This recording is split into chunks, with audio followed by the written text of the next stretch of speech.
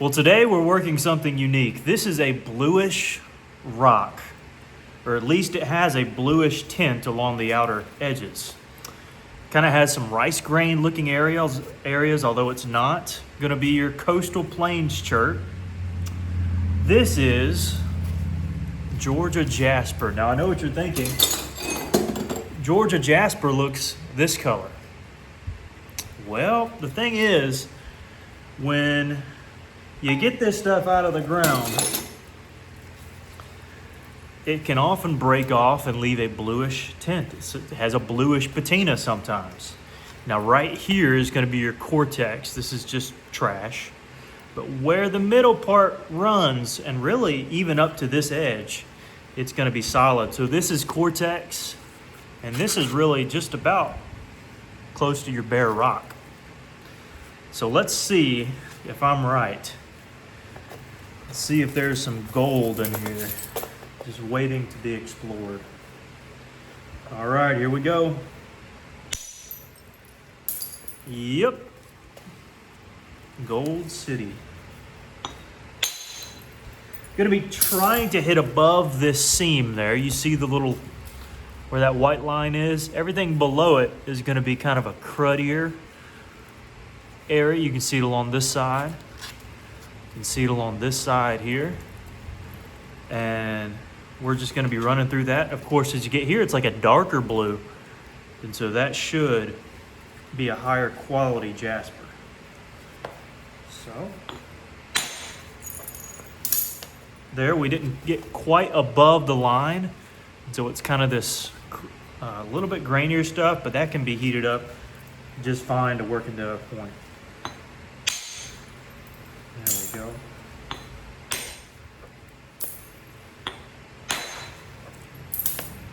Let's go here. All right. This kind of gets on the edge of it where you have kind of the good stuff there and this stuff that can be heated on the outside. Let's start from back here as well.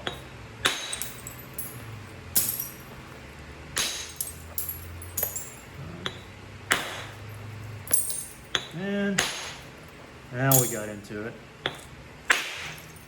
There we go. So finally got into that good gold area there. Really pleased with that. That's a nice color. All right. Now we can run it a few different ways. That has a good platform there. This has a good all-around platform. But I kind of like the look of this one. So let's see if we can run this one here.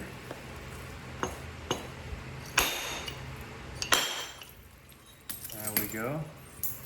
Got a pretty nice spall there. Put that one over to the side. Then it ran over, and that's plenty fine. You know, because it catches some off the edge, reduces some edge thickness, but also there's a big old bowl and bevel in there. And y'all know I like my bowl and bevels. Now bear with me, I gotta go turn a light on real quick. Hold on.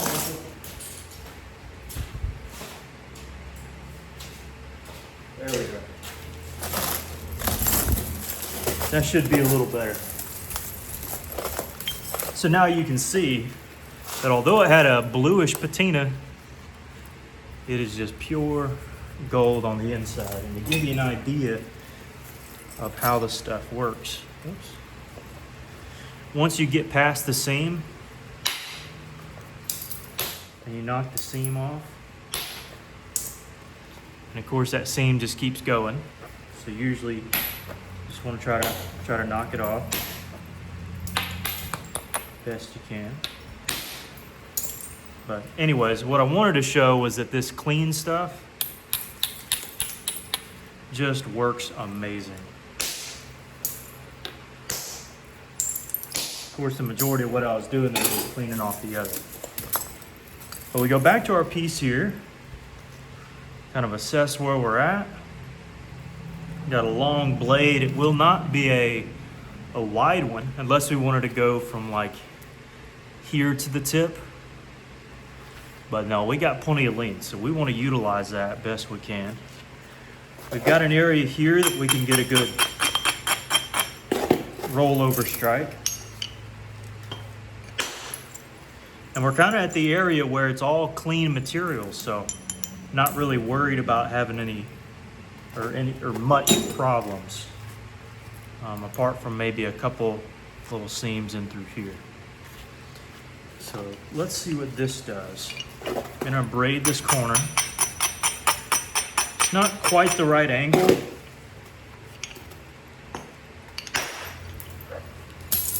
but I wanted to see if it would work, and it looks like it did. Okay. Let's go here, there, there. It's a good flake.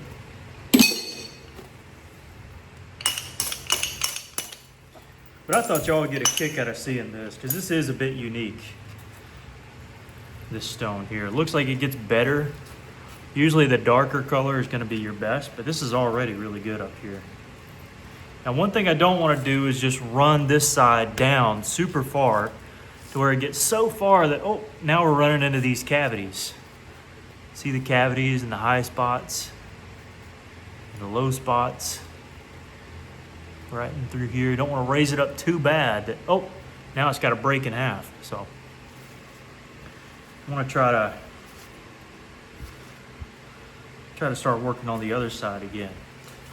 Now this on the edge is just,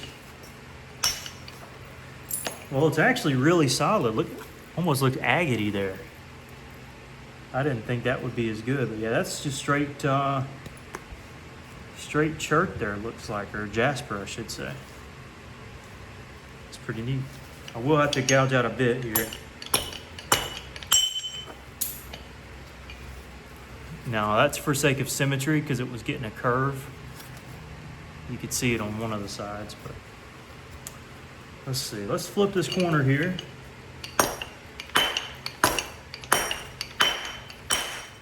Because if we want to make a longer point, well, we can get rid of some of this material here and it not really be a burden to us. So gonna braid this here.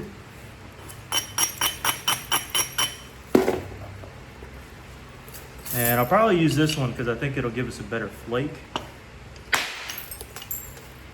I actually didn't, but you can start to see how nice that is right in through yonder. Let's shoot this one up a little bit.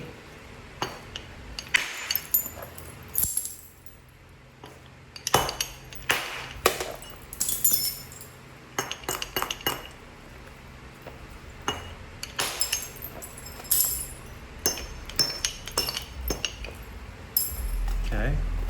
Now that just looks glassy, so I kind of want to work up to that. Just kind of skim over, make sure there's no, crazy humps or anything, and then just work to that, because that's really nice there. Really, really nice. So we want to have a base of some kind that has, we don't want a base to be just an inch long. So we're going to work up a little bit here.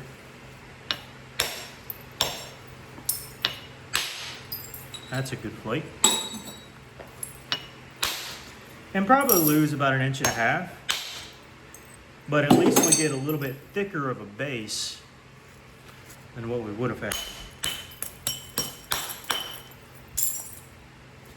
This gives us some time to look over what we've done, assess.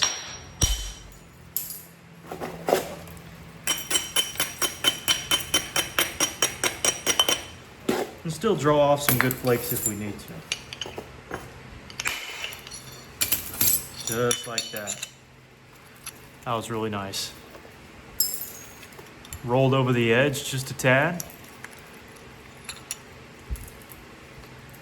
And it's just beautiful. It almost looks like, when you're sawing some wood or something and all the wood shavings, that's kind of the feel of it, but it's super smooth. Super duper smooth. That's a great flake. I'm happy with that one. I don't know if there's enough of a lip on this to catch. Yeah, that was enough of a lip. Beautiful. So we're working it down pretty solid here.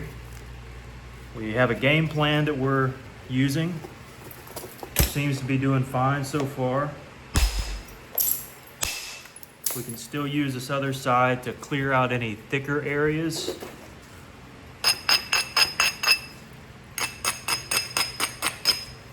And although this is kind of the dream side, it's about to the point where the whole piece is pretty good. So not overly concerned if one side dominates over the other at this point. Although I will take some liberties here.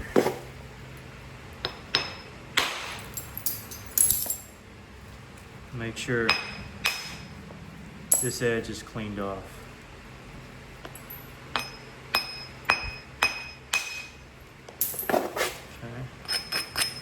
That was a pretty stark bevel there, but it gets us below center line.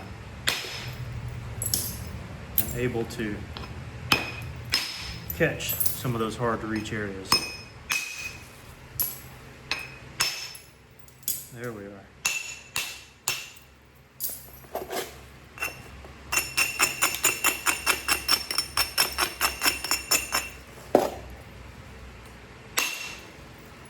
Good round over flake, doesn't hurt anybody.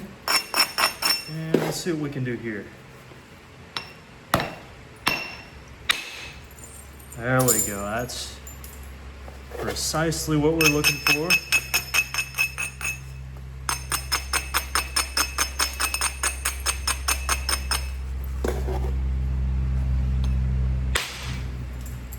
There we go. I mean, that's exactly what we needed. Ooh, that one got me a little bit.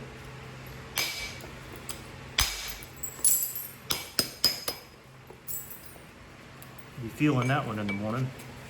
Let's see. Still a pretty decent little ridge here we can utilize.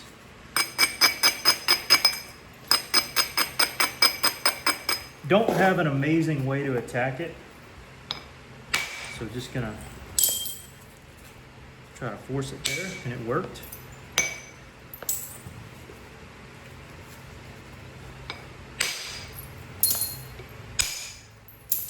There we are. Again, this side is just clean. This side is super smooth. But this side is a little bit more agate-y.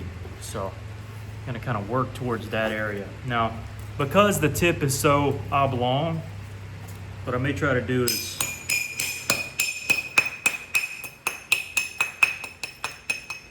utilize some of it.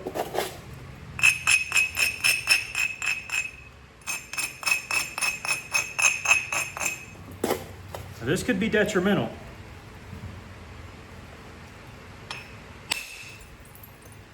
But we did good. It's all about the right support. There's a little flake that came off under this one too. That's what we're looking for there. So still can kind of ring this side in just a tad. Probably would like to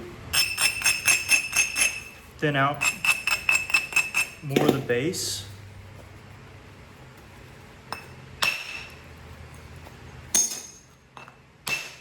In order to get it still a little bit wider. Let's see what this does. They didn't quite catch it. We'll catch the rest from here.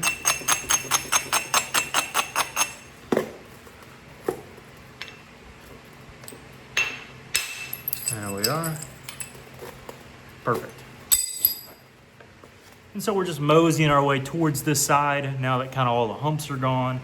With the exception to some of this Cortex stuff here, which really I don't see as much of a problem. Should be very easy to capture it once we keep going.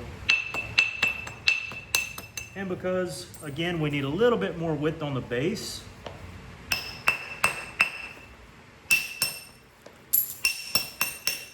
you can actually see that pocket there still retains some of the blue tint.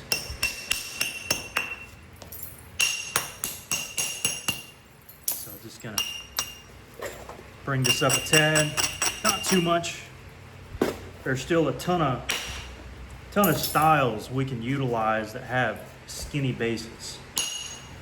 So really not concerned too much at all. Good flake. And this honestly feels like some material I can finish working raw. I don't need to heat it up. Now I will say this is some of the best Georgia Jasper there is. So it's not, don't expect this with every piece you might get your hands on. It to work this easy. But this has been a fun little challenge here. Just a short little video for you guys.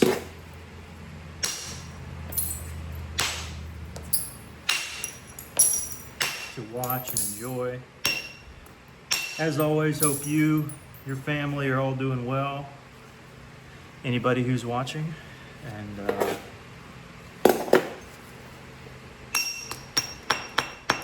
hope that if you've never flint knapped before in your life, maybe give it a try. If you don't know where to start, pick up a rock or two in your driveway. They may not be flakeable, but you can get the feel of what a rock feels like in your hands, and then order some cheap rock if you need to. If you have flint in your area, you might be able to collect some and be able to knock off really nice flakes and produce a really killer blade towards the end. So, still have some remnants of the blue. It would be cool to keep that on there. It's just not going to be possible really, but